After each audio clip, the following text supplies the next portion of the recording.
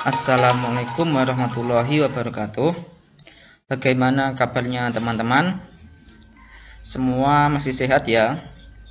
Alhamdulillah, semua masih diberikan kesehatan oleh Allah Subhanahu wa taala dan juga masih memiliki semangat yang tinggi dalam menuntut ilmu pada kesempatan di pagi hari ini. Sebelum kita masuk ke pembelajaran pada pagi hari ini, marilah kita berdoa kepada Allah Subhanahu wa taala agar kegiatan pembelajaran yang akan kita lakukan pada pagi hari ini bisa berjalan dengan lancar dan baik. Dan juga ilmu yang akan kita peroleh pada kesempatan kali ini menjadi ilmu yang barokah dan bermanfaat bagi kita semua. Amin. Berdoa mulai.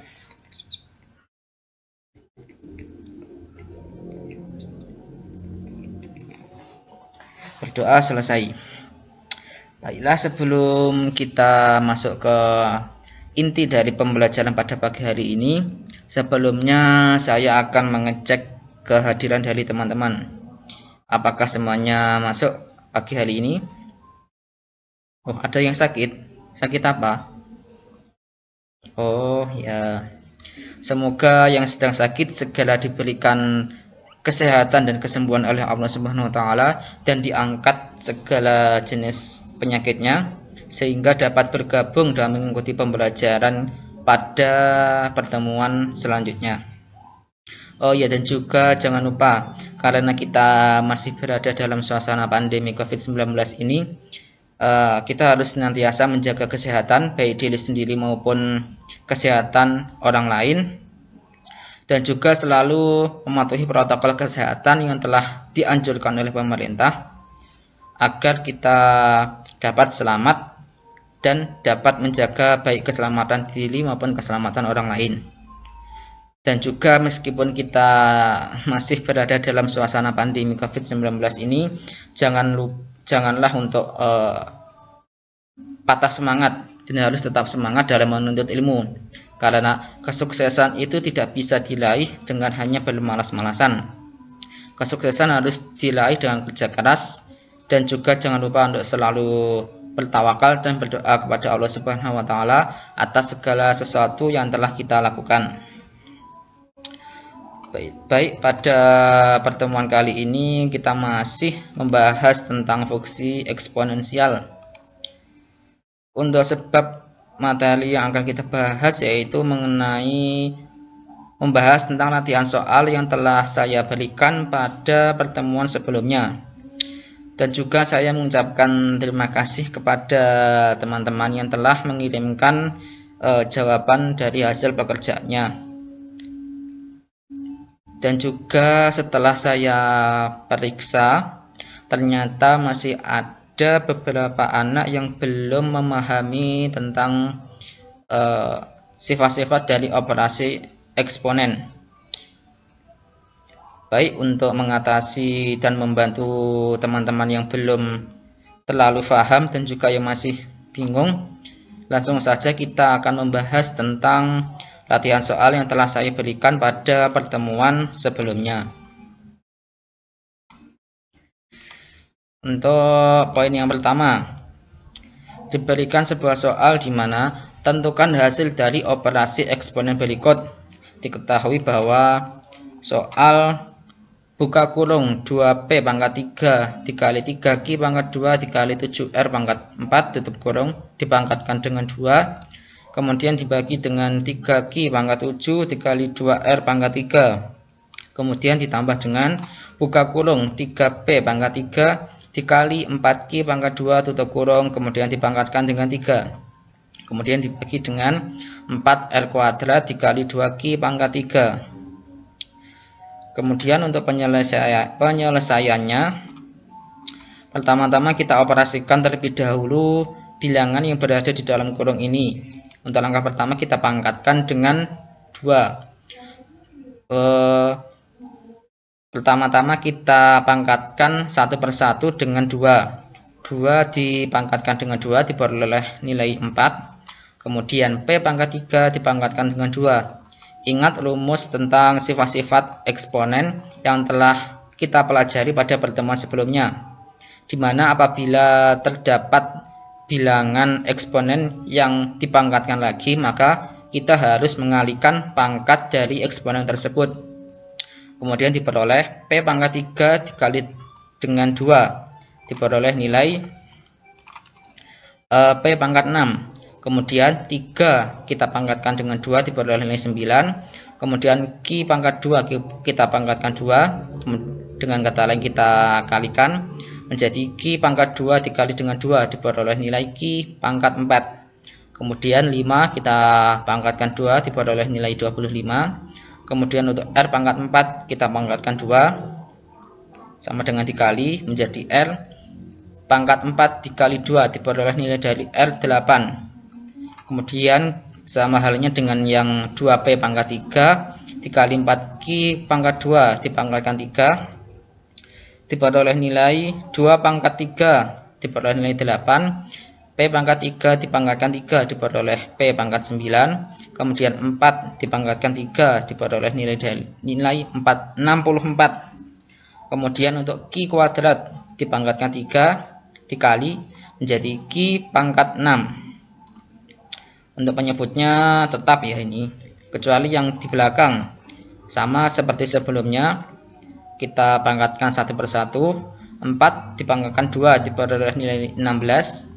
Kemudian R kuadrat dipangkatkan 2, diperoleh nilai R pangkat 4. Kemudian 2 dipangkatkan 2, diperoleh nilai 4. Kemudian Q pangkat 3 dipangkatkan 2, diperoleh nilai Q pangkat 6. Kemudian selanjutnya kita kelompokkan antara koefisien dengan koefisien dan variabel dengan variabel. Diperoleh nilai 4 dikali 9, kemudian dikali dengan 25. Kemudian untuk yang variabel P pangkat 6 dikali Q pangkat 4 dikali R pangkat 8. Kemudian dibagi. Untuk penyebutnya kita juga kelompokkan 3 dikali dengan 2, kemudian P pangkat 7 dikali dengan R pangkat 3. Kemudian ditambah, kita juga kelompokkan 8 dikali dengan 64. Kemudian P pangkat 9 dikalikan dengan Q pangkat 6. Kemudian untuk penyebutnya juga sama, 16 dikali 4, kemudian R pangkat 4 dikali Q pangkat 6. Kemudian selanjutnya kita operasikan 4 dikali 9 dikali 25, diperoleh nilai 900. Kemudian P pangkat 6 dikali Q pangkat 4 dikali R pangkat 8, nilainya tetap.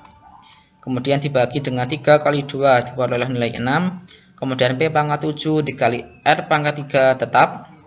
Kemudian kita jumlahkan dengan 8 dikali 64, diperoleh nilai 512.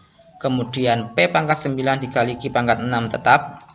Kemudian untuk pembaginya 16 dikali 4 diperoleh nilai 64. Kemudian R pangkat 4 dikali Q pangkat 6 tetap. Kemudian langkah selanjutnya kita keluarkan bilangan yang masih berada di dalam kurung menjadi 900 P pangkat 6 Q pangkat 4 R pangkat 8 dibagi 6 P pangkat 7 R pangkat 3 ditambah 512 P pangkat 9 Q pangkat 6 dibagi 64 R pangkat 4 Q pangkat 6. Kemudian langkah selanjutnya yaitu kita akan mensederhanakan angka-angka yang terlalu besar ini agar mempermudah kita dalam pengoperasian pada langkah selanjutnya. Kita sederhanakan 900 dengan 6, keduanya kita bagi dengan 6, diperoleh nilai 150 dan 6 1. Untuk 1 tidak perlu ditulis karena apabila dikalikan dengan 1 dikalikan dengan bilangan di depannya nilainya akan tetap.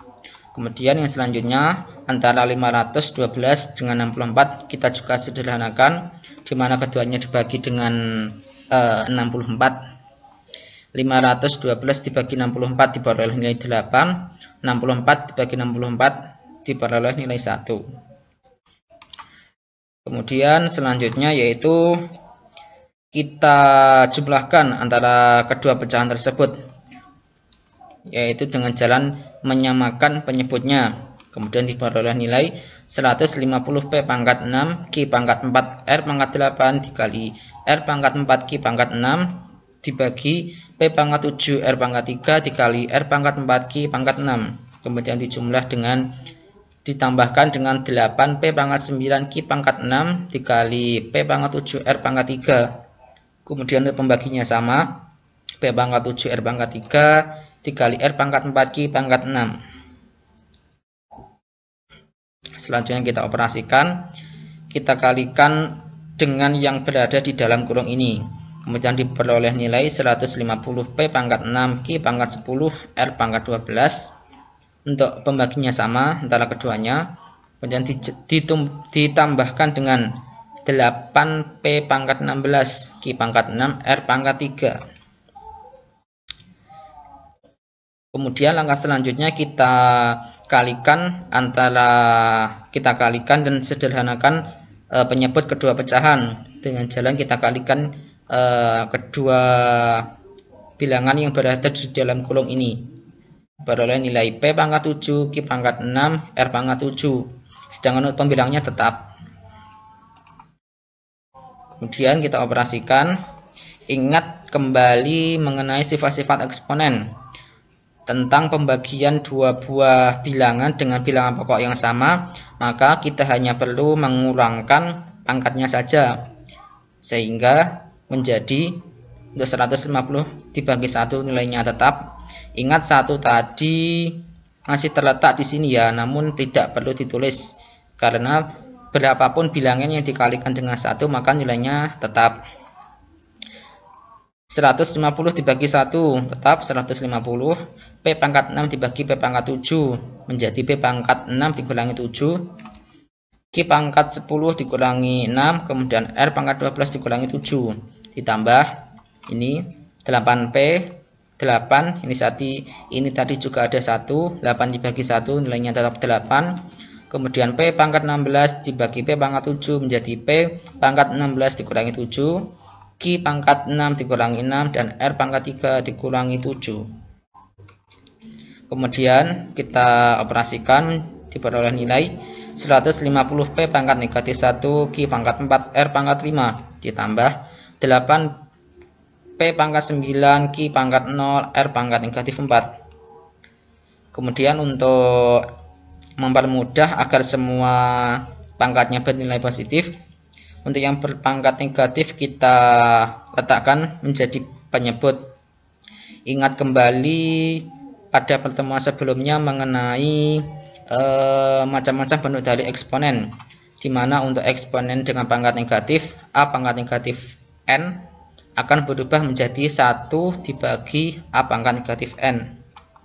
Untuk lebih mengingatnya silakan dilihat kembali catatan pada pertemuan minggu yang kemarin. Kemudian selanjutnya, secara keseluruhan untuk soal yang nomor 1 ini teman-teman sudah banyak yang memahami. Hanya saja dibutuhkan untuk pemahaman yang lebih dan lebih teliti dalam pengoperasian angka-angka, terutama apabila melibatkan angka-angka yang jumlahnya sangat banyak. Dan pada jawaban dari teman-teman yang dikirim kemarin, ada beberapa anak yang kurang teliti dalam pengerjaannya, sehingga hasil akhir yang diperoleh itu tidak sama dengan teman-teman yang lain.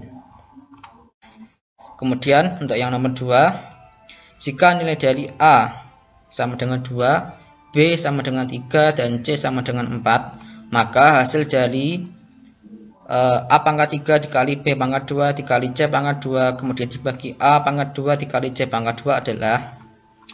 Untuk penyelesaiannya, ingat nilai dari variabel yang telah diketahui. Untuk langkah pertama yaitu kita substitusikan nilai dari variabel yang telah diketahui ke dalam soal. Setelah substitusi diperoleh 2 pangkat 3 dikali 3 pangkat 2 dikali 4 pangkat 2 dibagi 2 pangkat 2 dikali 4 pangkat 2. Kemudian selanjutnya kita kita operasikan secara sederhana. 2 pangkat 3 diperoleh nilai 8, 3 pangkat 2 diperoleh nilai 9, kemudian 4 pangkat 2 diperoleh nilai 16. Kemudian untuk penyebutnya, 2 kuadrat sama dengan 4, kemudian 4 kuadrat sama dengan 16. Kemudian untuk langkah selanjutnya kita tinggal kalikan saja. 8 dikali 9 dikali 16 diperoleh nilai 1152. Kemudian 4 dikali 16 sama dengan 64. Untuk soal nomor 2 ini saya kira untuk teman-teman sudah hampir semua benar ya. Mungkin hampir 100%.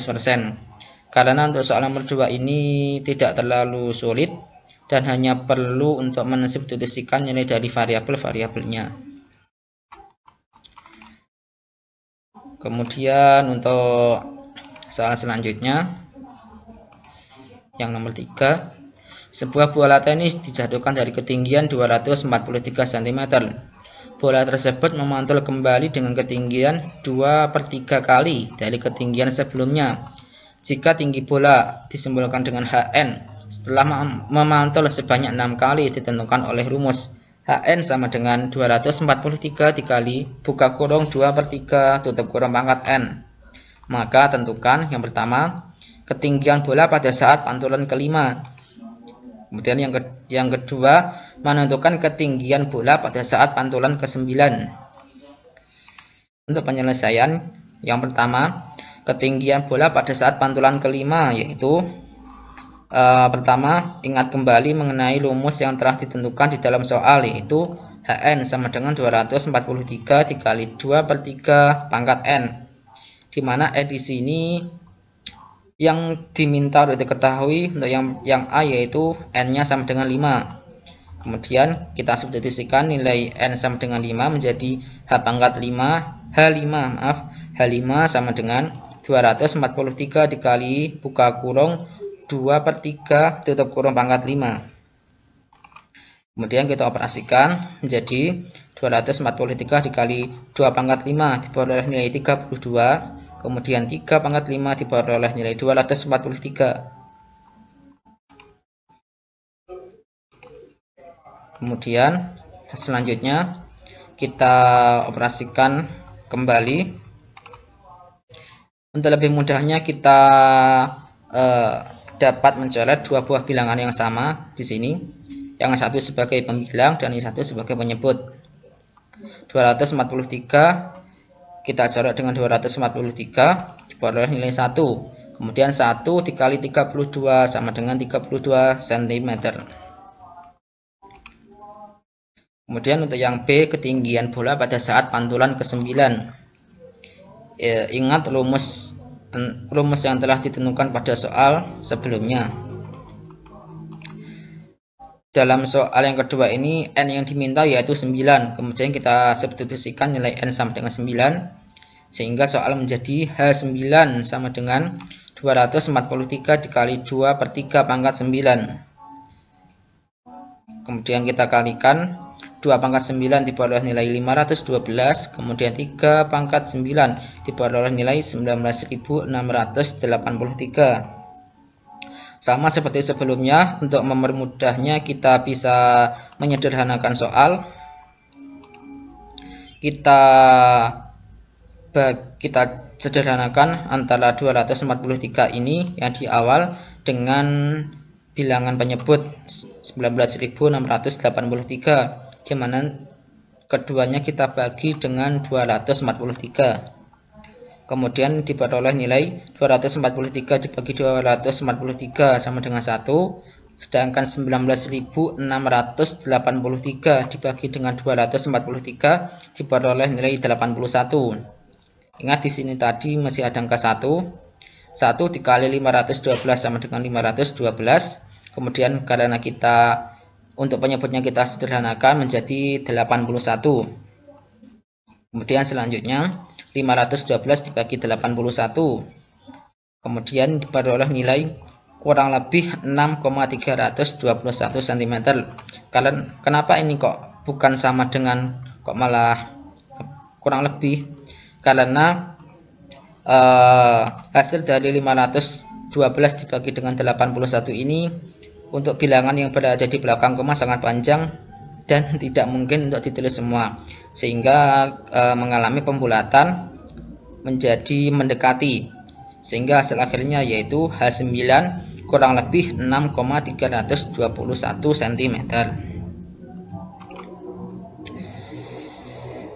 Secara keseluruhan untuk soal nomor 3 tadi memang memerlukan pemahaman yang lebih dan juga ketelitian yang tinggi, terutama apabila soal dalam bentuk soal cerita. Maka pertama-tama kita harus memahami terlebih dahulu inti dari permasalahan yang ditanyakan, sehingga kita dapat mencari titik penyelesaian yang tepat dan benar.